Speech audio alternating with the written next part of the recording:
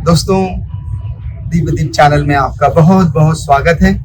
और ईश्वर हमको प्रभु के वचन सुनने और सुनाने में आशीर्वाद देता है ना बच्चों।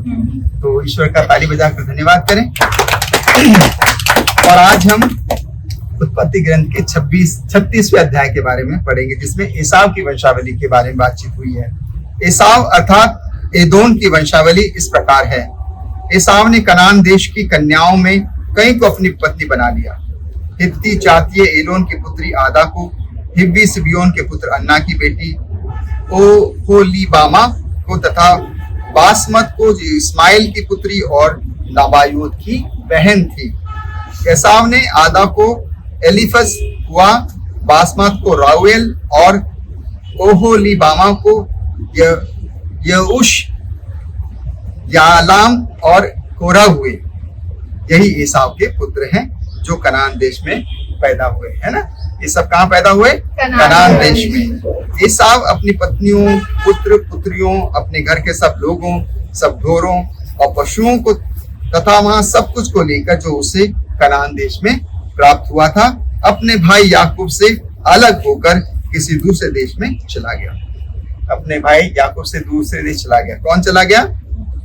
कौन गया याकूब से अलग होकर? बताइए, एसाव, है ना। हाँ, वो अपने भाई से अलग होकर कहीं और चला गया। अब उनकी संपत्ति इतनी अधिक हो गई थी कि वे एक साथ नहीं रह सकते थे, और उस देश में जहां वे रहते थे उनके ढोरों को चराने के लिए पर्याप्त भूमि नहीं थी, है ना। पर्याप्त वहां पर जगह नहीं थी। इसलिए एसाव सेईर के पहाड़ी प्रदेश में बस गया। एसाव योदोम भी कहलाता है।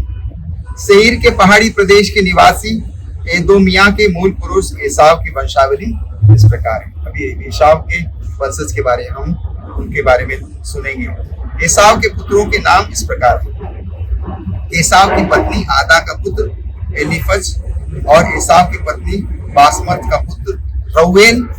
एलीफज के ये पुत्र थे तेमान, ओमार, सफो, गाताम और कनज।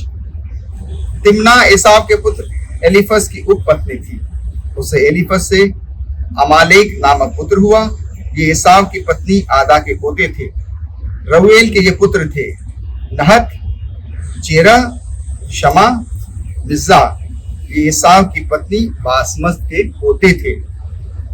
एसाव की पत्नी ओहोलीबामा के जो सिबियोन की पोती और अन्ना की पुत्री थी। ये पुत्र थे जो उसे एसाव से उत्पन्न हुए, यऊश, यालम और कोरा। किससे उत्पन्न हुए? एसाव से। यदोम के मुखिया, एसाव के वंशजों के मुखिया ये थे। एसाव के पहले पहलोटे एलीफज के तेमान, ओमार, सफो, कनज।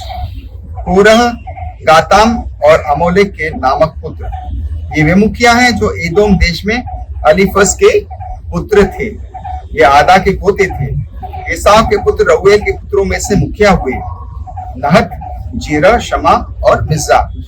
ये वे मुखिया हैं जो एदोम देश में रऊएल के पुत्र थे। ये एसाव की पत्नी बासमत के पोते थे।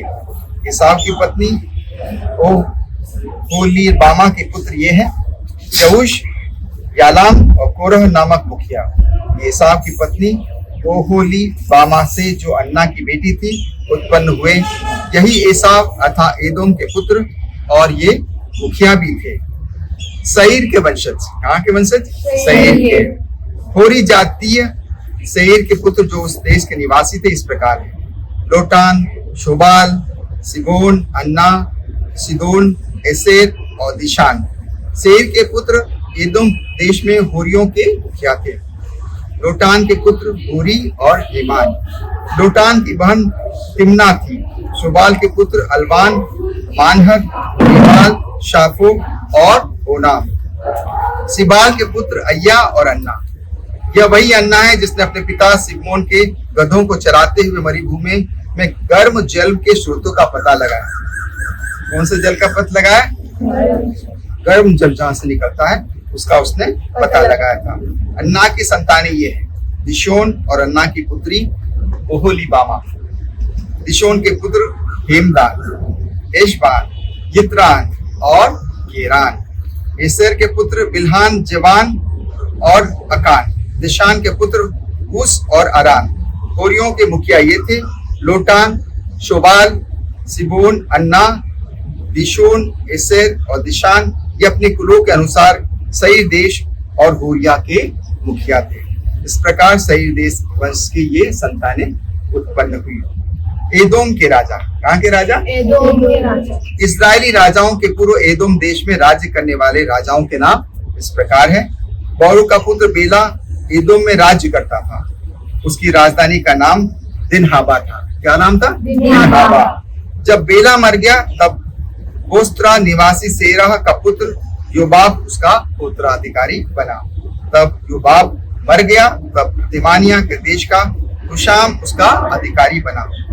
जब हुशाम मर गया तब मोआब के मैदान में मिद्यानियों को पराजित करने वाले बदद का पुत्र हदद उसका अधिकारी बना। उसकी राजधानी का नाम अविद था। क्या नाम था? जब हदद मर गया तब मसरेका निवासी समला उसका अधिकारी बना।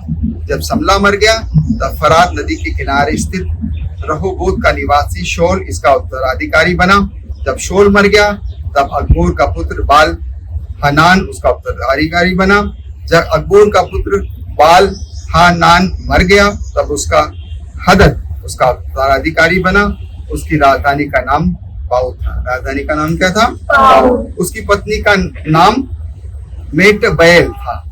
वह मुजाहाब की मतरेत की बेटी थी। हिशाब के वंशजों के मुखियों के नाम इस प्रकार है। उनके कुलों निवास स्थानों के नामों के अनुसार ये है। मुखिया लिब्ना, अलवा, यतेत, ओहो लीबामा, एला, पिनोन, कनज, तेमान, मिबसार, मगदीएल और इराम। यही एदोम के मुखिया अपने अपने निवास स्थानों के अनुसार जिन्होंने उस देश में अपने अधिकार में ले लिया था। यही एदोमिया के मूल पुरुष एसाव की वंशावली है। इस प्रकार ईश्वर ने इब्राहिम के वंश को आगे बढ़ाया, इसहाक को बढ़ाया, एसाव को बढ़ाया, याकूब को, और उनके उन वंशों में राजाओं को भी उत्पन्न करा कि वो ईश्वर की शिक्षाओं के अनुसार राज्य करें, चल सकें और ईश्वर की आशीष को प्राप्त कर सकें। हमारे दर्शक भी हमारे आशीष प्रभु के वचन को सुनकर आशीष प्राप्त करें। बच्चों, आपका बहुत बहुत धन्यवाद और हम सब ताली बजाकर ईश्वर का धन्यवाद करें।